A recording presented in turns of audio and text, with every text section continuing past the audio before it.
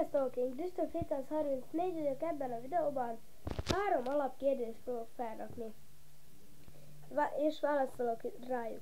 Az első kérdés, hogy miért kezdtél el videózni? Én azért kezdtem el videózni, mert láttam mástól, láttam például Mr. Jumbertől, a legjobb barátomtól.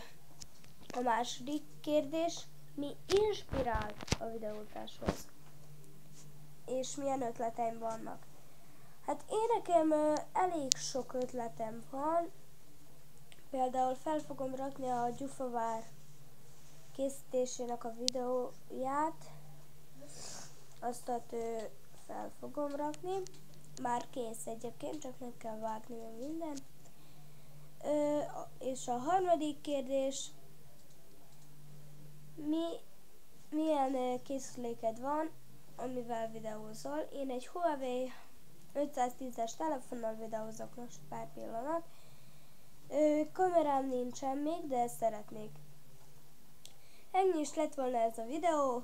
Ha tetszett, lájkoljátok és iratkozzatok föl. Sziasztok!